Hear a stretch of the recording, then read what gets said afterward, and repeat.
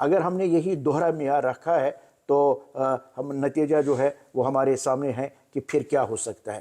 اس لیے ہم سمجھتے ہیں جہاں تک کشمیر کے مسئلے کا تعلق ہے، یہ اس کا ایک جو ہے ہیومن رائٹس کے حوالے سے یہ بھی ایک بہت اہم مسئلہ جو اس وقت مقبوضہ کشمیر میں ہو رہی ہے، جو وائلیشنز ہو رہی ہے.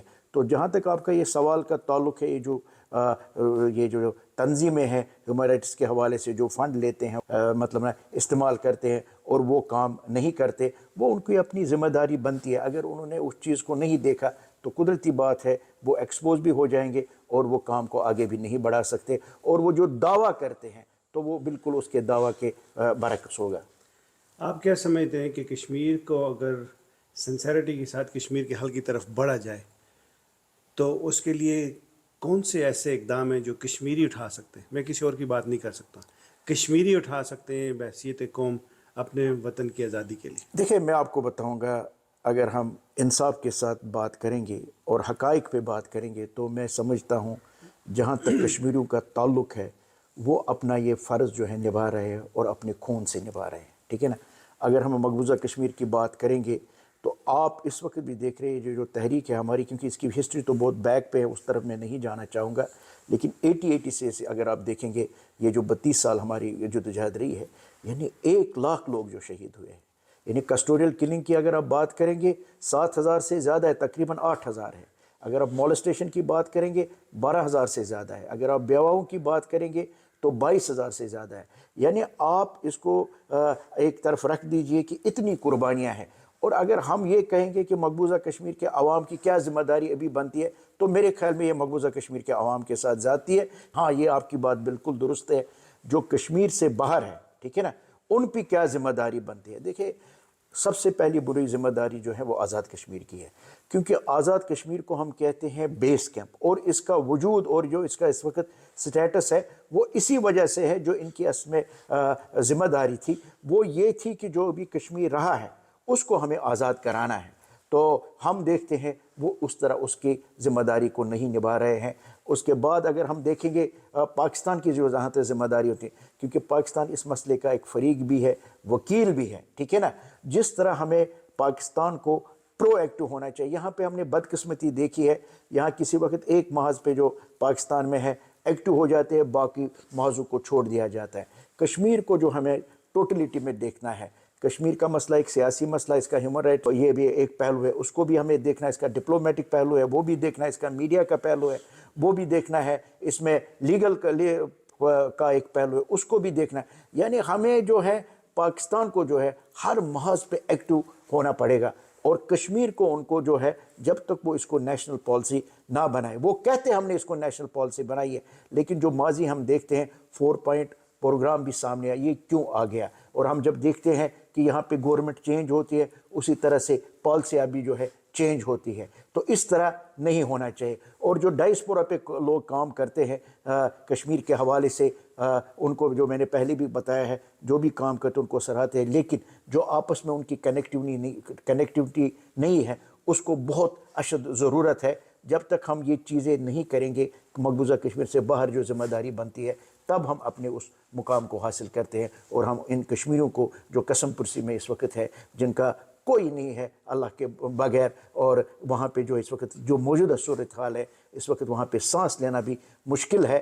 تو بڑا جیل بنا ہے جو مقبوضہ کشمیر. اگر ہم بات کریں گے خاص کر یہ جو 5 اگست 2019 کو بھارت نے اقدام اٹھایا اور یک طرفہ اقدام اٹھایا ہے، کشمیریوں کی اصل میں جو جدوجہد ہے وہ ہے آزادی کی جدوجہد، لیکن بھارت کے جو مذموم عزائم تھے اور جو اغواشگار بھی ہوئے ہیں، یعنی ڈیموگرافک چینج کرنا، اور جو مسلمانوں کی وہاں پہ میجارٹی ہے آہستہ آہستہ اس کو مائنارٹی میں چینج کیا جاتا ہے. پہلے ہی ہم نے دیکھتے ہیں کہ ہم ریاستی دہشت گردی کے بھی شکار ہے، ہم جوڈیشل دہشت گردی کے بھی شکار ہے، ہم اکنامکل دہشت گردی کے بھی شکار ہے. یعنی یہ سب چیزیں بھی مقبوضہ کشمیر کی عوام فیس کر رہی ہے. تو جب تک ہم ان کشمیریوں کے لیے اپنا رول ادا نہیں کریں گے انڈیویجولی بھی اور کلیکٹیولی، تو ہم اللہ تعالیٰ کے وہاں بھی جواب دہ ہیں اور دنیا بھی ہمیں معاف نہیں کرے گی.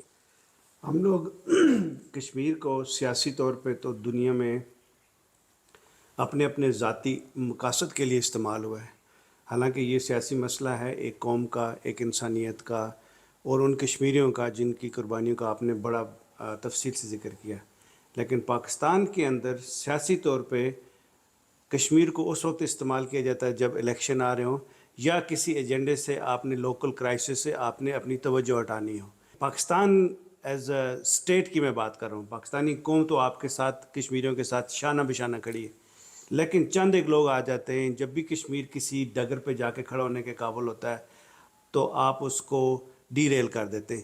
اس کے پیچھے کون سے محرکات ہو سکتے ہیں آپ کی نظر میں، کہ آپ کی بڑی گہری نظر ہے اس پہ تھوڑا سا بتائیے تاکہ کشمیری یہ سمجھ سکیں کہ ہم جو اپنے تئیں جو انڈیویجول بیسس پہ جو ہم کام کر رہے ہیں نا، اس کا اس وقت تک کوئی حاصل وصول نہیں ہوگا جب تک کہ کشمیری سارے کلیکٹیولی کسی ایک مقصد کے پیچھے نہ جائیں. دیکھیں مجیب بھائی، پہلے تو آپ کی یہ بات بالکل درست ہے. جہاں تک پاکستانی عوام کا تعلق ہے، ان کی دل کی دھڑکنیں ہمارے ساتھ دھڑکتی ہے، وہ ہم دیکھتے بھی ہیں اور وہ مظاہرہ بھی کرتے ہیں. لیکن قدرتی بات ہے، جو ریاست ہوتی ہے جس کے پاس یعنی اختیارات ہوتے ہیں، جس کو جو جا سکتے ہیں ایک جگہ سے، کیونکہ وہ ملک کو ریپرزینٹ کرتے ہیں، جب ہم وہاں کی ہم بات کریں گے. میں آپ کو بتاؤں گا کشمیر کا جو جہاں تک تعلق ہے، آپ بھی خود کشمیری ہے، آپ کے علم میں بھی ہیں، وہ یہ ہے کہ کشمیر میں جس کو ہم کہتے ہیں نا بھیک مانگنے والا، یہاں پہ بیکاری جس کو ہم کہتے ہیں، ان کے پاس بھی اپنا گھر تھا. یعنی کشمیری یہ تو نہیں تھے ہم کسی اکنامیکل کی وجہ سے یا وہاں پہ یا ہماری کوئی پرابلم تھی تو نوکریاں نہیں ملتی ہم جدوجہد میں آئے ہیں. تو کشمیریوں نے یہ جو جدوجہد شروع کیا، اس کا ایک بیک گراؤنڈ ہے، کیونکہ ہسٹری ہے کہ 1947 کی اگر ہم بات کریں گے، 1931 کی طرف چلیں گے، بات لمبی نہ ہو جائے. تو یہ سب چیزیں ہیں کہ اس لیے کشمیریوں نے جو ہے انہوں نے کہا کہ نہیں، ہمیں جو اپنا حق ملنا چاہیے، حق خود ارادت کا جہاں تک تعلق ہے. دوسری بات جو میں آپ سے گزارش کرنا چاہتا ہوں کہ کشمیر کے لیے، پاکستان کے لیے کشمیر اپنے لیے بہت امپورٹنٹ ہے. کشمیر کے جو دریا ہے جو ہے وہ یہاں سے گزرتے ہیں. اگر وہ پانی وہاں پہ بند ہوگا تو یہ زمین یہاں کی بنجر ہو جائے گی. اور میں سمجھتا ہوں کہ پاکستان کے لیے کشمیر بہت امپورٹنٹ ہے. تو بدقسمتی سے جو وہاں تک جو آپ نے خود بھی بات کی حکمرانوں کی، جو بات کریں گے کسی وقت مایوس تو نہیں ہوتے ہیں، لیکن جب بات کرتے ہیں تو غم بہت پہنچتا ہے. مطلب پاکستان جو تھا ایک وجود تھا، بنگلہ دیش تو اب ایک ملک بن گیا ہے، ٹھیک ہے نا. اور جب یہ ثانیہ ہوا ہے، جو ہمارے اسلاف ہے جن سے ہم نے سنا ہے، تو جو سب سے زیادہ پریشانیاں ہوئے، غم میں مبتلا ہوئے، تو وہ کشمیری ہو گئے. اور یہاں پہ جو آپ دیکھیں تو کسی نے کہا کہ چلو اچھا ہوا کہ وہ سیلاب کی زد میں آتے تھے، اس میں آتے تھے، یعنی اس طرح وہ اس کو نہیں لیتے ہیں. تو اس لیے میں آپ سے گزارش کرنا چاہوں گا، جو حکمران ہے پاکستان کے، میں ان کو بتاؤں گا خدا یہ نہ جو آپ کے اپنے یہاں پہ سیاست ہے وہ آپ کر لیجئے جس کو بھی ہے، لیکن جہاں تک کشمیر کا تعلق ہے، ٹھیک ہے نا، اس پہ آپ سیاست نہ کر لیں. جب ایک پارٹی دوسرے کو کہتا ہے اس نے کشمیر کو بھیجا، تیسرا کہتا ہے کہ اس نے کشمیر کو بھیجا، آپ پہلے ہی بتائیے کہ ہم کشمیری عوام کو کیا پیغام دینا چاہتے ہیں. بہت شکریہ، بہت شکریہ، thank you very much. Ladies and gentle, in a nutshell وہ یہ کہہ رہے ہیں کہ اگر آپ نے سیاست کرنی ہے تو کم از کم کشمیریوں کے خون پہ مت کیجیے. کشمیریوں نے آپ پہ بھروسہ کیا ہے. اگر آپ یہاں پہ ایک سٹیٹمنٹ بھی دیتے ہیں کوئی بھی آرگنائزیشن انٹرنیشنل فرم پہ، تو وہاں پہ وہ کشمیری جو سفر کر رہے ہیں، جنہوں نے 1 لاکھ سے زیادہ قربانیاں دی ہیں،